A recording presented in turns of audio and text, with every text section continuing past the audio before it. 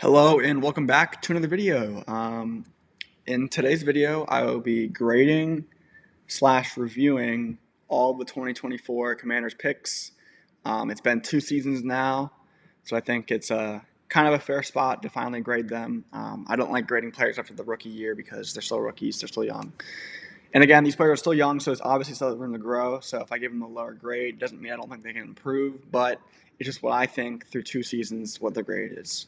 All right, let's get right into it. All right, Washington selected Jayden Daniels with the number 2 overall pick, and this move is an A plus. I know we didn't have the best seasons past year, but he did deal with a lot of injuries, couldn't get really to a rhythm, so I'll give him a break for this season. But he did have the greatest rookie season of all time for a quarterback. Made it to the conference championship. Washington has their quarterback for hopefully the next 10 plus years. And yeah, I'm really excited to see Jayden Daniels upcoming season. Hopefully, we get a couple more weapons around him. But yeah, this is not much more to say. A plus move. Really like this move. All right, next up, Washington selected Johnny Newton in the second round. They had 3 second-round picks. This is the first one of the second rounders. I give this move a C plus. He has struggled a little bit. He's great on passing downs. He's a good pass rusher.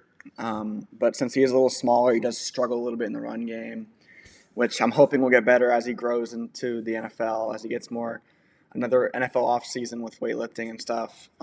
He did have 5 sacks this past season. 3 of them came against the Cowboys. I think he's shown great promise, and I'm excited to see him in the new system. But yeah, so far I think it's a C plus move. Just hasn't gotten the field that much. But when he does get to the quarterback. I just hope we can maximize his skill sets in the new system. All right. Next up, Washington selected Mikey Sanistrill. I think I'm higher on Mikey than a lot of the fan bases. I know we had a kind of a bad season. He gave up a lot of yards, but he's still the best playmaker on the defense, best ball hawk on the defense, in my opinion. He had 4 interceptions this past season, and I think he had 2 in his rookie season. And I think in the system with Deontay Jones, when the rush can get a little more pass rush, I think he'll be even better. He had a guard for a long time this past year because the defensive line got no pressure on the quarterback. And I think with the moves we made this offseason, I think those moves will help out Mikey Sinistro a lot.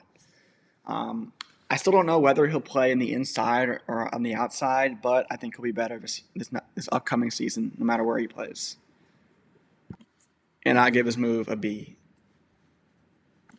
All right, next up, the third second-round pick Washington had in the 2024 class was Ben Sinnott. Probably one of my least favorite picks in the class.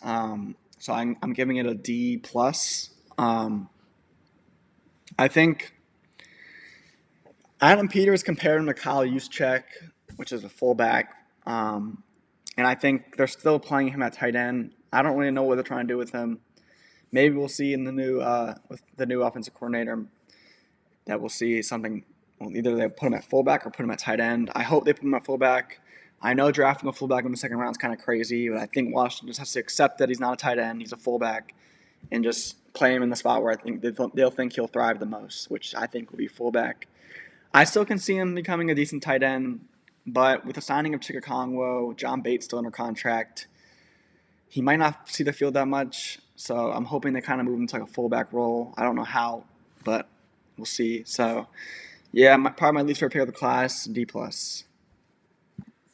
All right, next up, Washington selected offensive lineman Brandon Coleman. I'm gonna give this move a C plus.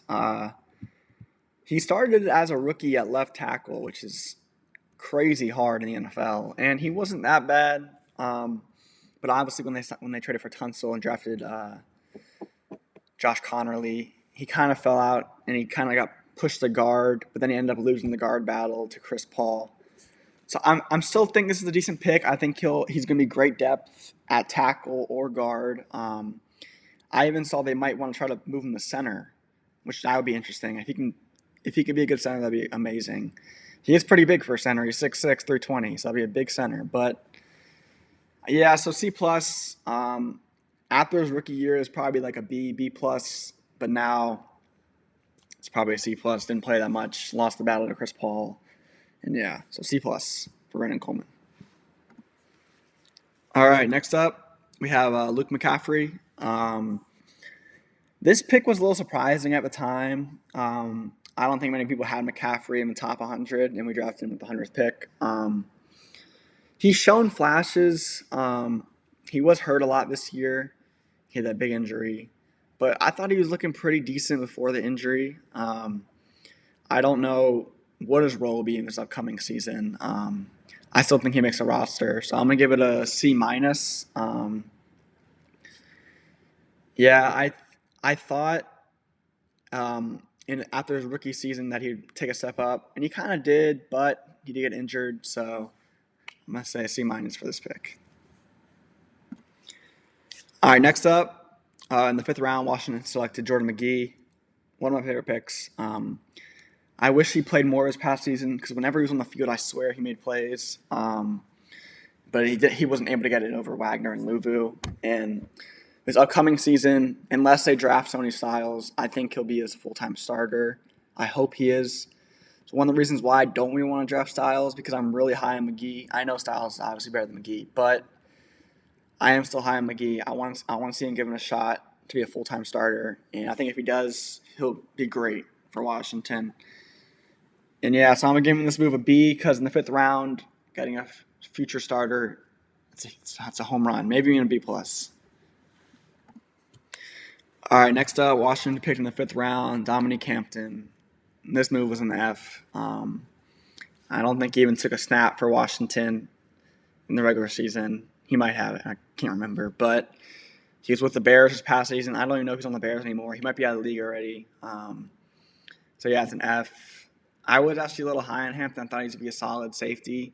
He is a big safety too. But I guess he was in that spot where he's not a linebacker, but he's also too big to be a safety. So, yeah, it's a tough spot. So, yeah, this move's an F. Let's move on to the next pick. And finally, Washington's last pick in the 2024 class was Javonte Jean-Baptiste. I think he's shown pretty good promise for a 7th-round pick. He was hurt this past year, but whenever he played, I feel like he was always making some kind of plays, but he didn't get on the field that much. And when he did, he got hurt this past season and missed the whole year.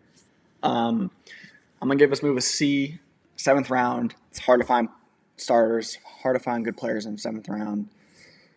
So I'm going to give it a C.